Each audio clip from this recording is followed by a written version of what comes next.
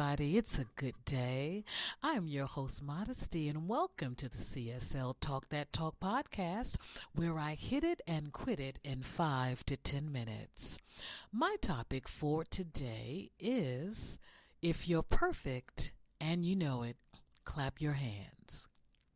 The topic is taken from the lyrics of a song I remember oh so well that I learned in kindergarten, entitled, If You're Happy and You Know It, Clap Your Hands. If you're happy and you know it, clap your hands.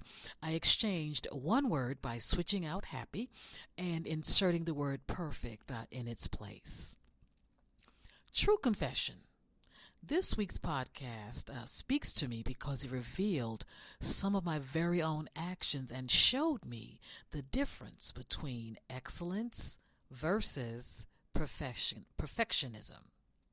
Have you ever imposed close to impossible or unimaginable demands on yourself because you wanted to see perfection? Well, perfectionists do it all of the time. As a matter of fact, if they're not pushing themselves to the limit, it can anger them or alter their mood altogether, making it unpleasant for anyone to be in their surroundings at times. Now, there are some things in life we as human beings can be perfect in, namely, a mechanic can do a perfect job on repairing your car. An executive assistant can type a perfect correspondence or memo. A baker can bake a perfect cake. A student can ace a test and get an A, a perfect A or 100 on it.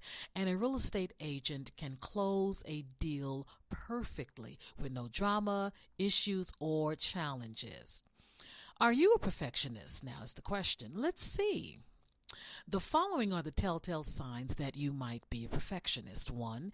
If you, as a CEO, president, manager, supervisor, or director, micromanage employees that are professionally and intellectually capable of fulfilling their duties, job descriptions, and more, then you might be a perfectionist. Number 2. When you believe in excellence but procrastinate because you are scared to death of being a failure, then you might be a perfectionist. Number 3, you are extreme about everything. There is no middle ground, gray area, or third option. It's yes or no, not maybe. It's right or wrong, and no exception, and no room, rather, for exceptions, even if the exceptions are valid and justifiable. You might be a perfectionist. When you focus more on things you have done incorrectly or wrong more than the things you've done right, then you might be a perfectionist. Lastly, when you are overbearing and demanding when it comes to family members and friends to the point of being annoying or a nuisance, then you might be a perfectionist. What can a perfectionist do to improve his or her behavior? Well, be realistic, rational, and just chill out. I mean, we all make mistakes, okay? We won't get things right all of the time. We might miss the mark of excellence and reach the mark of being good or great, all of which are still acceptable, humanly achievable, and non-intimidating or humiliating. No one in this world is absolutely perfect. No one. If that were so, we would not need God for anything. In that case, I'm glad I'm not perfect, but I'm an imperfect human being in need of a perfect God. Well, it's time to say goodbye, and thank you again for listening to this week's CSL Talk That Talk podcast.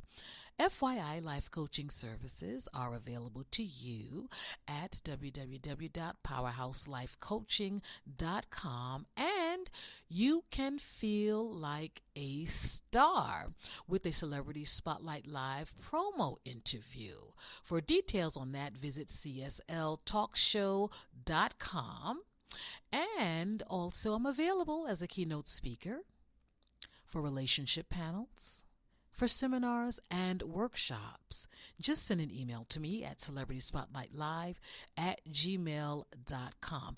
And I welcome your remarks and your comments about the podcast. You can send me an email as well to celebrityspotlightlive@gmail.com. This is Modesty signing off, saying it's good to be important, but it's more important to be good. Be well and be safe. Bye now.